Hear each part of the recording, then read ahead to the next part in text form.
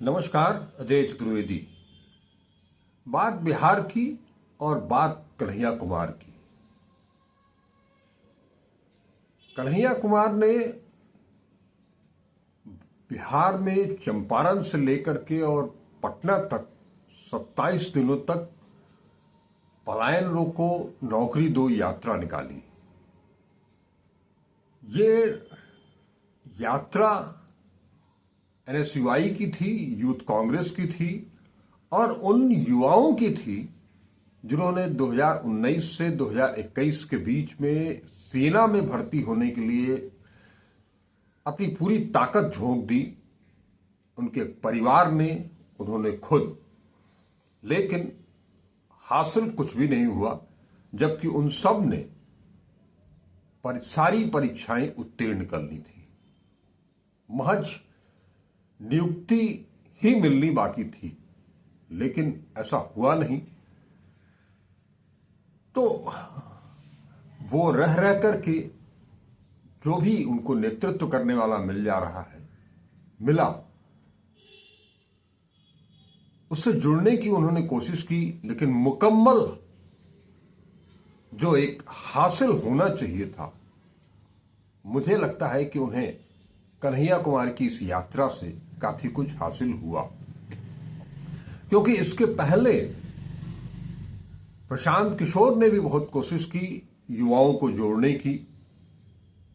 Paper leak के मामले को लेकर के, बीपीएससी एग्जाम के मामले को लेकर के उन्होंने बड़ा आंदोलन चलाने की कोशिश की, लेकिन वो सफल नहीं हो पाए।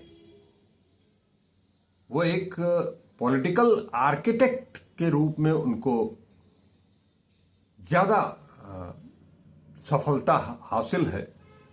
वो नीति निर्माता, नीति बनाते हैं, पॉलिसीज बनाते हैं, उस पर उसको क्रियान्वित करने की कोशिश करते हैं, लेकिन वो कुछ अभी तक एक वाकया छोड़ करके, जबकि वो नरेंद्र मोदी के साथ जुड़े हुए थे, वो एक सफल प्रयोग था उनका, उनके वहीं से उनको वो हिट भी हुए, लेकिन उसके बाद उन्होंने जितने भी आयोजन किए उसमें ऐसी कोई सफलता दिखी मुझे नहीं लगता। लिहाजा ये भी कहा जा सकता है कि नरेंद्र मोदी के साथ मिलकर के उन्होंने जो काम किया वो प्रशांत किशोर थे या नरेंद्र मोदी का जलवा था, वो फेस था। क्योंकि नरेंद्र मोदी उस समय गुजरात के बाहर बिल्कुल नया चेहरा था और लोग जो बात वो कहते थे, लोग उनके ऊपर विश्वास करते थे, भरोसा जताते थे, जिसका फायदा उन्होंने बखूबी उठाया एक कुशल राजनीतिज्ञ के रूप में, खास तौर पर इलेक्टोरल पॉलिटिक्स को लेकर के। खैर, हम विषयांतर नहीं करना चाहेंगे, हम आते हैं कन्हैया कुमार के ऊपर।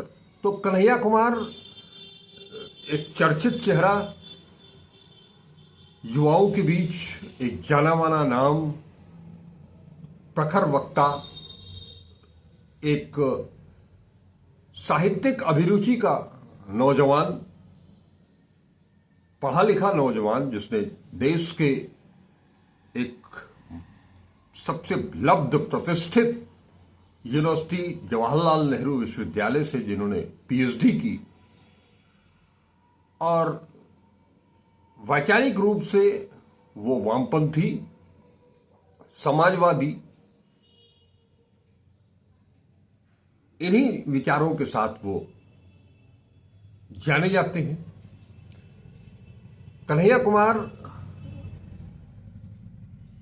जब कांग्रेस में आए तो कांग्रेस में भी वो अपनी उस विचारधारा, अपनी उस सोच, सामाजिक न्याय की वो सोच के साथ आए और उसके साथ ही उन्होंने पार्टी की तरफ से जो भी दिशा निर्देश मिले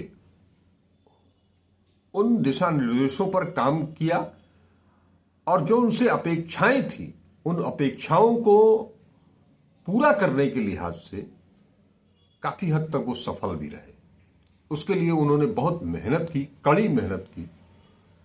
यही वजह है कि आज अगर कांग्रेस के भीतर देखा जाए, जो बड़े चेहरे निकल करके सामने आ रहे हैं, जिसमें राहुल गांधी और गांधी परिवार के बहुत निकट पहुंच गए, जिसमें एक कन्हैया कुमार हैं, इमरान प्रतापगढ़ी हैं, और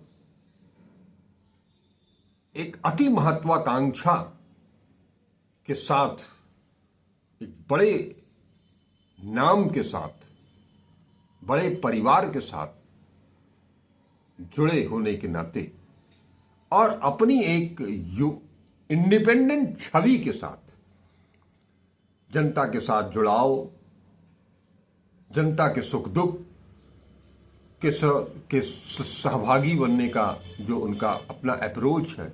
सचिन पायलट, अभी आपने जो गुजरात अधिवेशन हुआ उसमें भी इन तीनों नामों को बहुत करीब से आपने देखा, उनको सुना भी होगा। इसी के तहत कन्हैया कुमार ने गत 16 मार्च से ये यात्रा शुरू की और 2 दिन पहले ही उनकी यात्रा पूरी हुई। इस यात्रा का समापन क्या ये पूर्व नियोजित था या अटेंडम ऐसा कुछ हुआ, अब ये मैं कुछ अभी इस पर स्पष्ट कह नहीं सकता, लेकिन 27 दिनों में जो हर जिले में जाकर के कन्हैया कुमार ने वहां की जो परेशानियां हैं, वहां की जो दिक्कतें हैं, उसको उभारने की कोशिश की।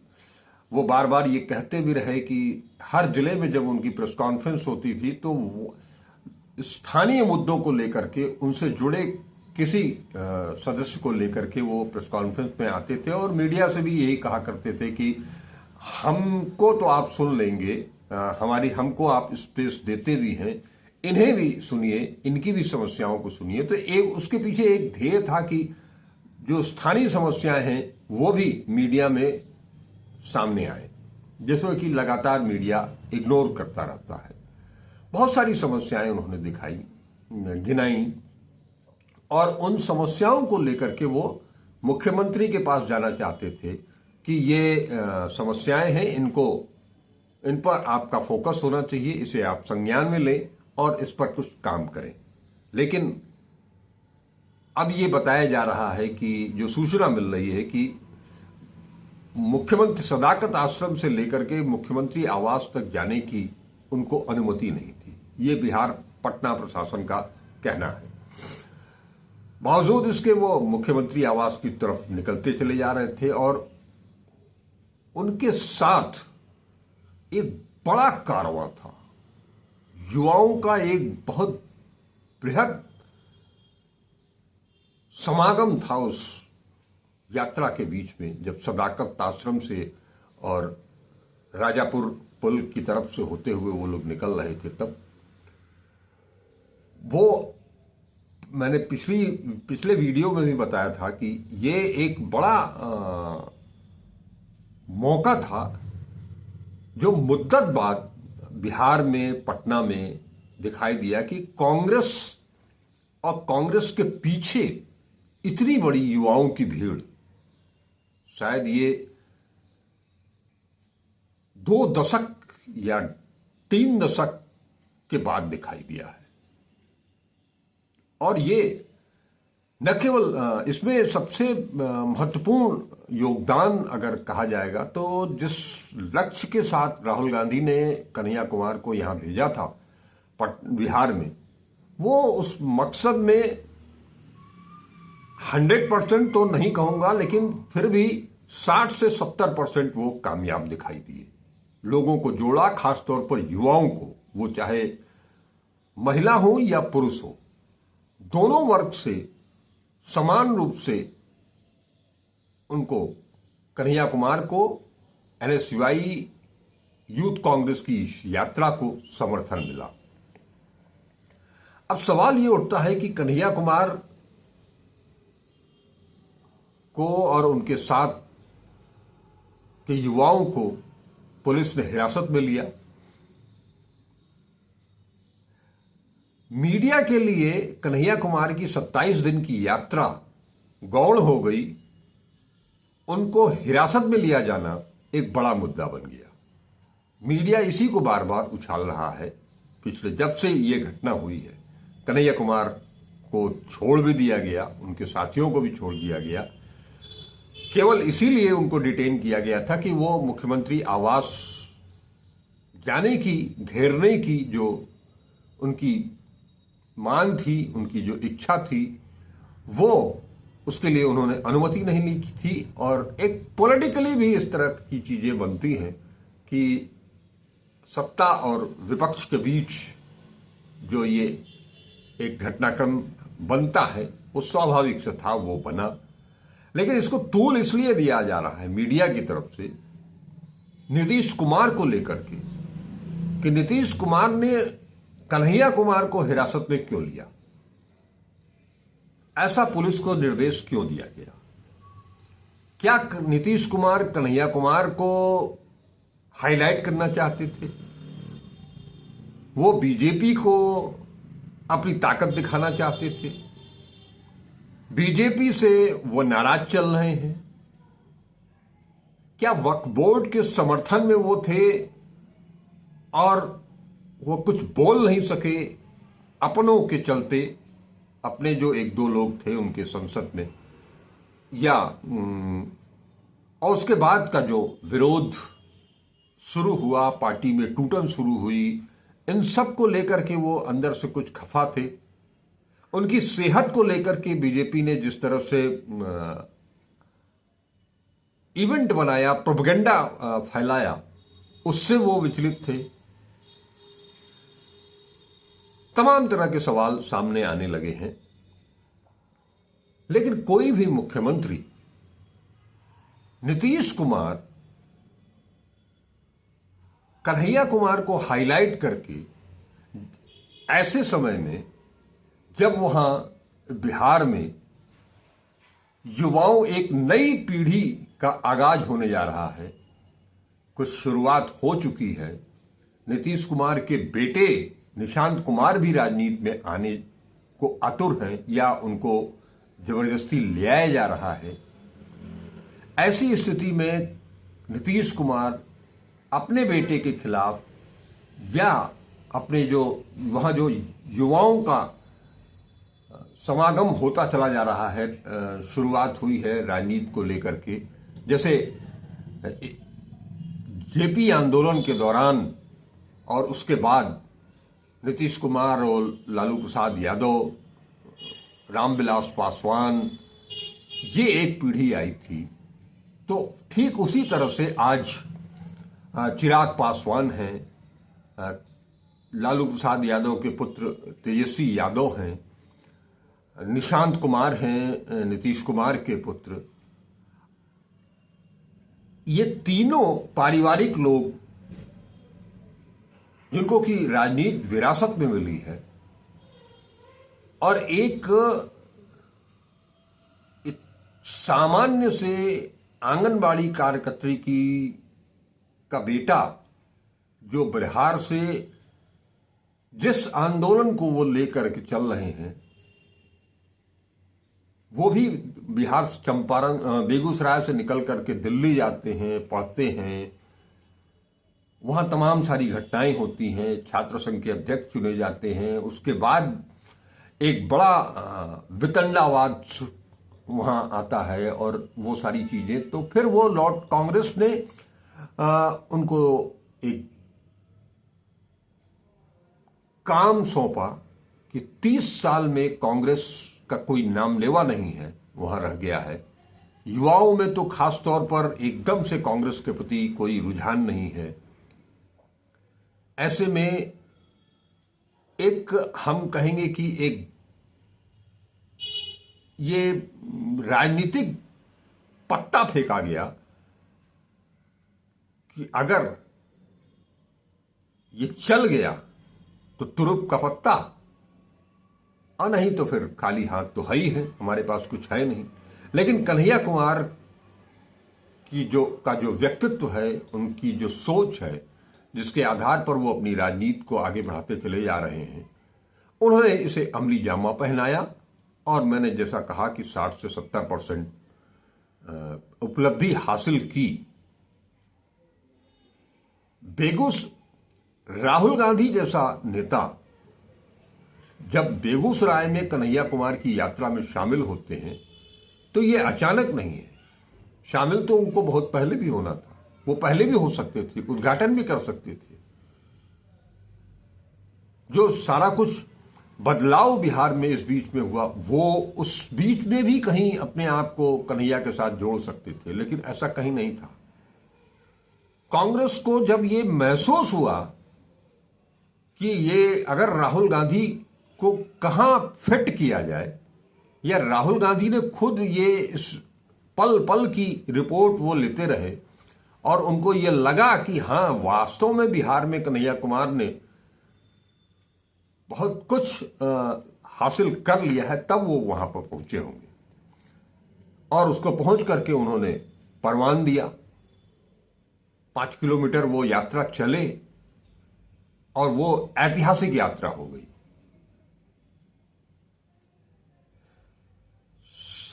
दूसरी बात, कन्हैया कुमार ने इस यात्रा के समापन के दिन ये कहा कि ये अंजाम नहीं है, ये आगाज है। जी हां, कन्हैया कुमार का काम अभी पूरा खत्म नहीं हुआ है बिहार में। कन्हैया कुमार को चुनाव से पहले अभी बहुत कुछ करना बाकी है।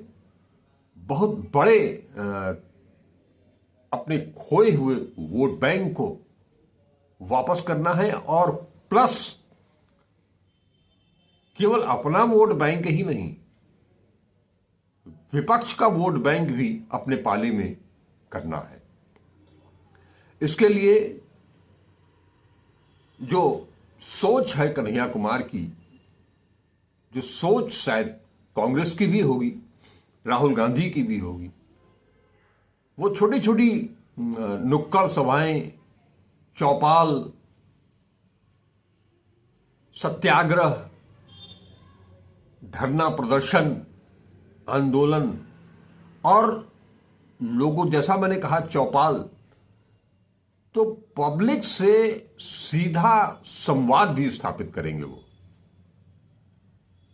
ये प्रक्रिया उनकी अभी जारी रहेगी, क्योंकि सबसे बड़ी चीज है कि कांग्रेस तब तक वहां लड़ाई लड़ती रहेगी जब तक उसे ये न समझ में आ जाए कि अब हम काफी हद तक 1990 के पहले की स्थिति में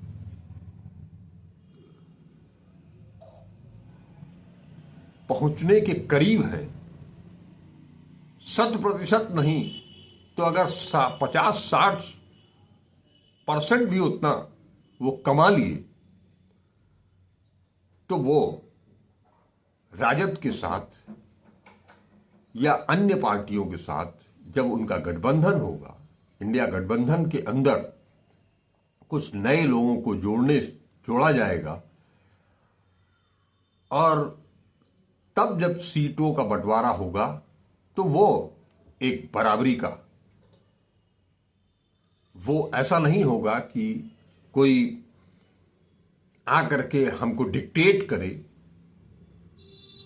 तो वो स्थिति में ले आने तक कन्हैया कुमार का मिशन चलता रहेगा। इस कड़ी में हो सकता है कि और लोग भी जुड़ें, मसलन पप्पू यादव भी जुड़े। उम्मीद की किरण ये भी है, आस बनती है कि राहुल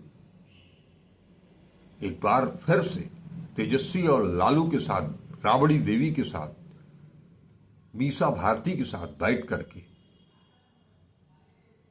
इस आंदोलन को समग्र रूप से चलाने की बात कर सकते हैं।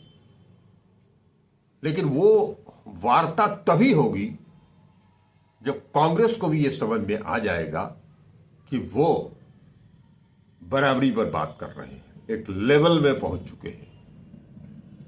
कोई हमको डिक्टेट नहीं करेगा कि अमुक जगह से आप अमुक प्रत्याशी को खड़ा नहीं कर सकते हैं, अमुक जगह से आप चुनाव नहीं लड़ सकते हैं, आपको इतनी ही सीट दी जाएगी, ऐसी स्थिति में वो वार्ता कभी नहीं होगी। उससे ऊपर पहुंच करके बात होगी, सीधी सीधी बात, दो टूक बात। उस स्थिति में ले आने का काम निश्चित तौर पर कन्हैया कुमार कर रहे हैं और करते रहेंगे। इसमें उन्हें प्रदेश कांग्रेस अध्यक्ष राजेश कुमार राम, प्रदेश प्रभारी कृष्णा अल्लावरू, पप्पू यादव, ऐसे तमाम लोगों का साथ मिलेगा। अब जैसा मैंने आप सभी जानते ही हैं कि जो जिला कांग्रेस कमेटियां बदली गई हैं, जो जिला अध्यक्ष बदले गए हैं, 40 में से 21 नए जिला अध्यक्ष आए हैं, और जिन्हें रिपीट भी किया गया है, जो 19 लोग हैं, उन सब को का समर्थन, साथ और उनको ले करके कन्हैया को चलना है और कन्हैया को उनका साथ चाहिए। तो एक टीम यूनिट के रूप में कांग्रेस को बिहार में एक मजबूत स्थिति में खड़ा करने की कोशिश है राहुल गांधी की। इसी कड़ी को आगे बढ़ाएंगे कन्हैया कुमार, ऐसा प्रतीत होता है, क्योंकि फिलहाल इस साल और कोई इलेक्शन नहीं है। इलेक्शन सिर्फ और सिर्फ बिहार में है। अब मुझे अभी आपने देखा कि आपको शायद मालूम भी हो गया हो कि राहुल गांधी के बिहार दौरे के बाद, तीसरे दौरे के बाद, अब कांग्रेस अध्यक्ष मल्लिकार्जुन खड़गे भी वहां पहुंच रहे हैं। वो भी बक्सर में, पटना में रैली भी करेंगे। तो ये प्रोसेस लगातार वहां चलते रहना है और नारा एक ही दो है, सामाजिक न्याय, लोकतंत्र की रक्षा, संविधान की सुरक्षा। और इन्हीं फ्रेम में आपका जाति जनगणना भी आ जाएगा, आपका आरक्षण का मुद्दा भी आ जाएगा, आपकी बेकारी भी आएगी, पलायन रोकने का भी तरीका ईजाद हो जाएगा। कन्हैया कुमार की ये जो यात्रा चली है, पलायन रोको नौकरी दो, ये केवल ऐसे ही अलल टप्पू की तरह कोई नारा लेकर के कांग्रेस ने इस यात्रा को नहीं चलाया है। इसके पीछे ठोस रणनीति है उनकी, पलायन रोकने और नौकरी देने। कन्हैया कुमार खुद कहते हैं कि बिहार में अकेले 4-4.5 लाख सरकारी नौकरियां बची हुई हैं, जिनको कि विज्ञापित तक नहीं किया जा रहा है। पिछली बार जब गठबंधन में थे नीतीश कुमार और तेजस्वी यादव, 2 लाख नौकरी देने के बाद तेजस्वी यादव हीरो बन गए। यह 4 लाख की बात है। उसके अलावा जो छोटे छोटे उद्योग हैं, उनको पुनर्जीवित करने की बात चल रही है। तो एक पूरा अच्छा खासा रोड मैप बना करके कांग्रेस बैठी हुई है। जिस तरह से आज जाति जनगणना का नाम लेकर के राहुल गांधी के पास एक उदाहरण के तौर पर तेलंगाना है, उसी तरह से वो पलायन रोको और नौकरी दो के नारे को जस्टिफाई करते हुए उसका पूरा खाका तैयार कर लिया है उन्होंने। ब्लूप्रिंट तैयार है। लेकिन इसी चीज को पब्लिक के दिल और दिमाग में, युवाओं के दिल दिमाग में बैठाने की जरूरत है कि आप हमारे साथ जुड़ो। केवल सत्ता नहीं बदलनी है, व्यवस्था बदलनी है। व्यवस्था बदलेगी तभी आपको काम भी मिलेगा, तभी आप अपने घर में बैठ करके, अपने परिवार के साथ रह करके आप काम भी कर पाएंगे, 4 पैसे भी कमा पाएंगे। यह है कन्हैया कुमार और राहुल गांधी का दिमाग। इसी नैरेटिव को लेकर के गढ़ने का काम कृष्णा अल्लावरू भी कर रहे हैं। आज बस इतना ही। हम लोग फिर मिलेंगे, मिलते रहेंगे। आपसे अपील कि वीडियो को पूरा देखें, लाइक पसंद आए तो लाइक करें, ज्यादा से ज्यादा लोगों तक पहुंचाएं, और अब तक अगर चैनल को सब्सक्राइब नहीं किया है तो उसे सब्सक्राइब भी करें। नमस्कार।